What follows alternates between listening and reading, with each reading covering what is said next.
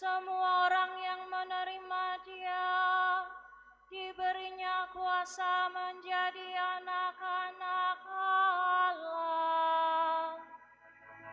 Haleluya, haleluya, haleluya.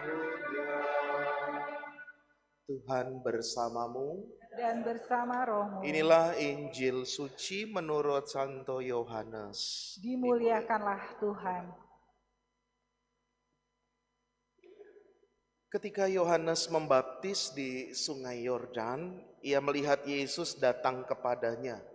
Maka katanya, "Lihatlah anak domba Allah yang menghapus dosa dunia. Dialah yang kumaksud ketika kukatakan, sesudah aku akan datang seseorang yang telah mendahului aku, sebab dia telah ada sebelum aku. Aku sendiri pun mula-mula tidak mengenal dia. Tetapi untuk itulah aku datang dan membaptis dengan air, supaya ia dinyatakan kepada Israel." Dan Yohanes memberikan kesaksian, katanya, "Aku melihat roh turun dari langit seperti merpati, dan roh itu tinggal di atasnya. Aku pun sebenarnya tidak mengenal dia, tetapi yang mengutus aku membaptis dengan air telah berfirman, jikalau engkau melihat roh turun ke atas seseorang dan tinggal di atasnya, dia itulah yang akan membaptis dengan Roh Kudus. Dan aku telah melihatnya, maka aku memberi kesaksian, dia inilah anak Allah." Demikianlah sabda Tuhan. Terpujilah Kristus.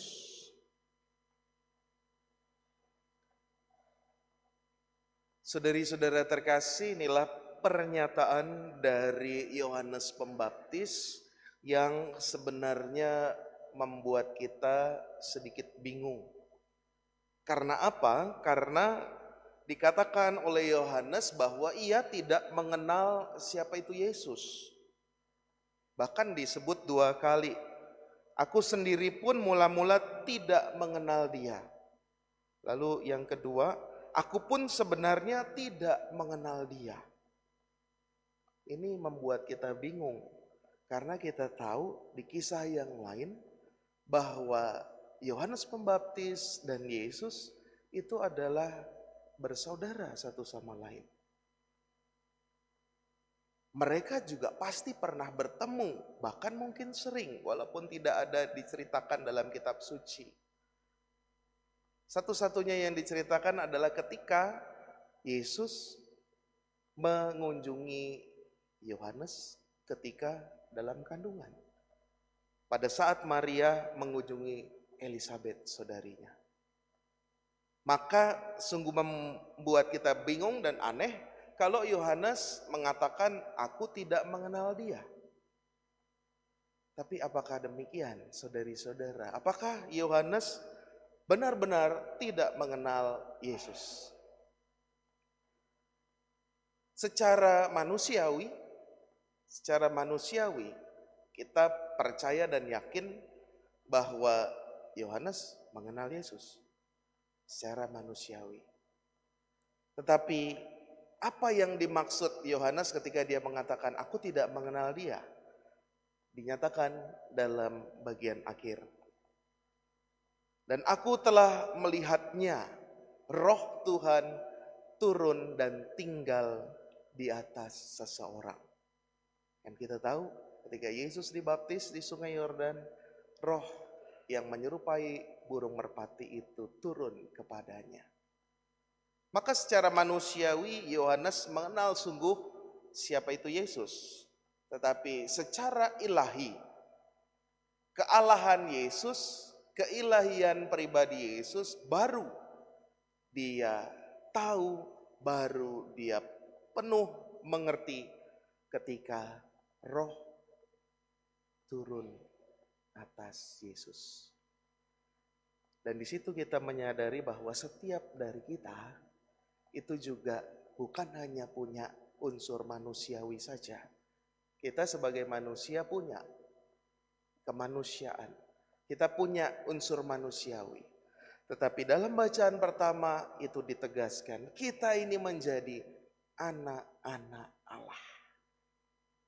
Bahwa ketika dibaptis, roh Tuhan turun atas kita, dan disitulah kita punya daya ilahi.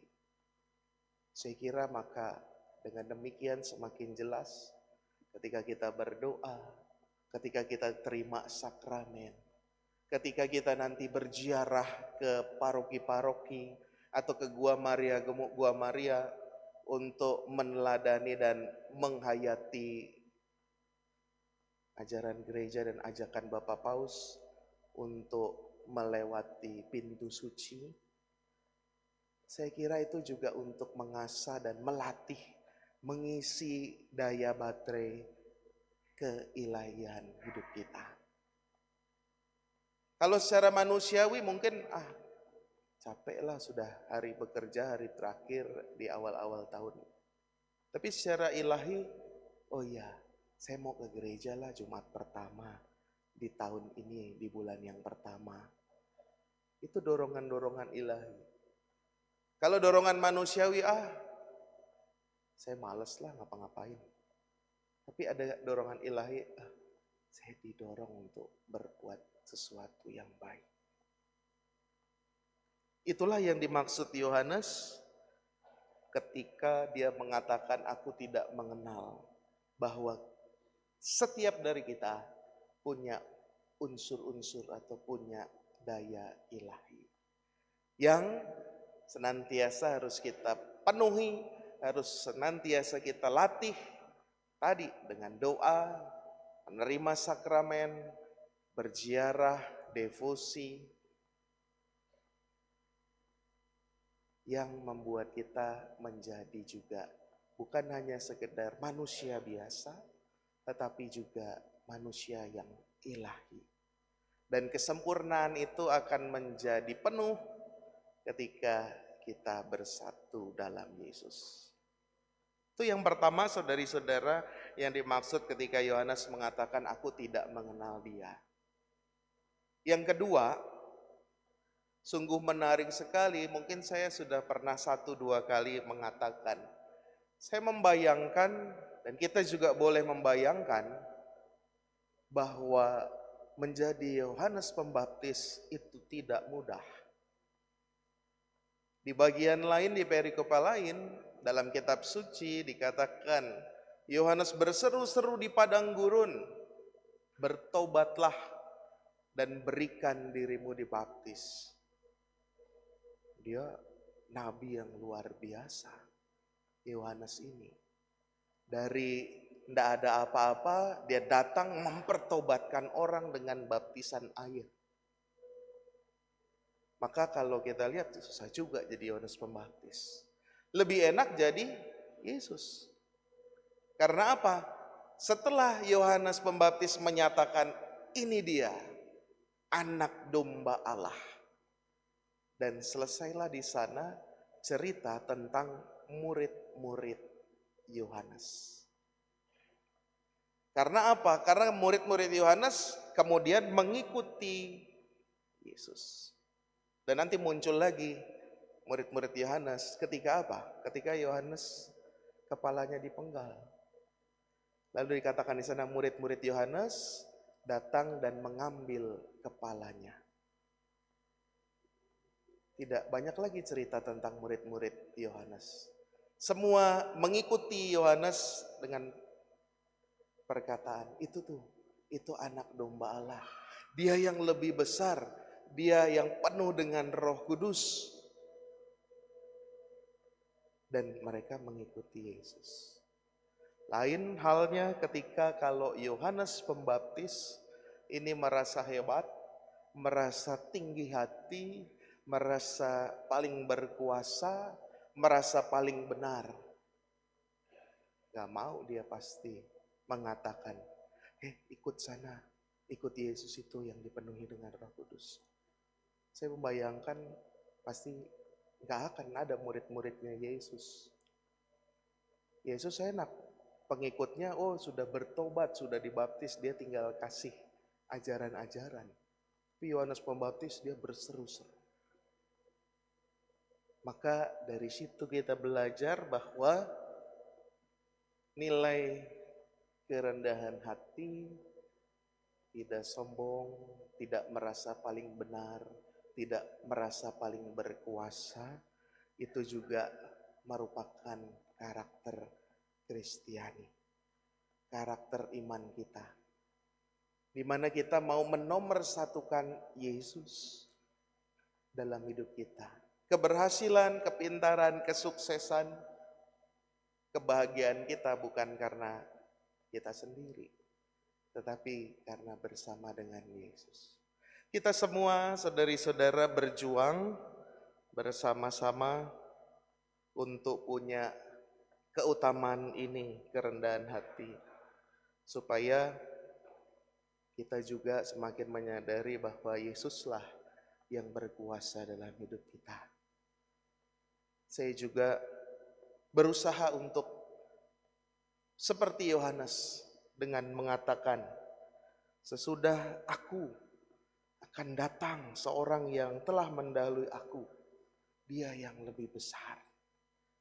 Maka inilah yang menjadi PR kita, inilah yang menjadi perjuangan kita, inilah yang menjadi karakter yang mau kita bangun, bahwa Roh Allah tinggal dalam kita, dan itulah yang membuat hebat, bukan kita sendiri sebagai manusia, tapi ada unsur ilahi, karena kita anak-anak Allah. Kita mohonkan rahmat itu supaya kita juga semakin dekat dengan Yesus. Bapa yang Maha Kasih, kami bersyukur atas teladan kerendahan hati dari Santo Yohanes Pembaptis. Engkau telah menyatakan keilahian-Mu, maka kami boleh juga merasakan keilahian kami di dunia ini. Kami bersyukur atas hari ulang tahun Benediktus Yosua Setiawan yang ke-17. Mohon berkat dan perlindungan Tuhan atas keluarga, pekerjaan dan pelayanan. Mohon pertolongan Tuhan bagi Vino dan Novi agar diberikan kekuatan untuk persoalan yang sedang dihadapi supaya berjalan dengan baik. Mohon kedamaian abadi dan keselamatan kekal untuk jiwa Francisca Santi Harkrisnowo. Kita juga bersyukur atas karunia Tuhan dan mohon bimbingan Roh Kudus untuk seluruh umat paroki Pasar Minggu. Tuhan, inilah doa kami. Kami percayakan hidup kami pada keselamatan tangan-Mu demi Kristus Tuhan dan pengantara kami. Amin. Kita lanjutkan dengan liturgi Ekaristi.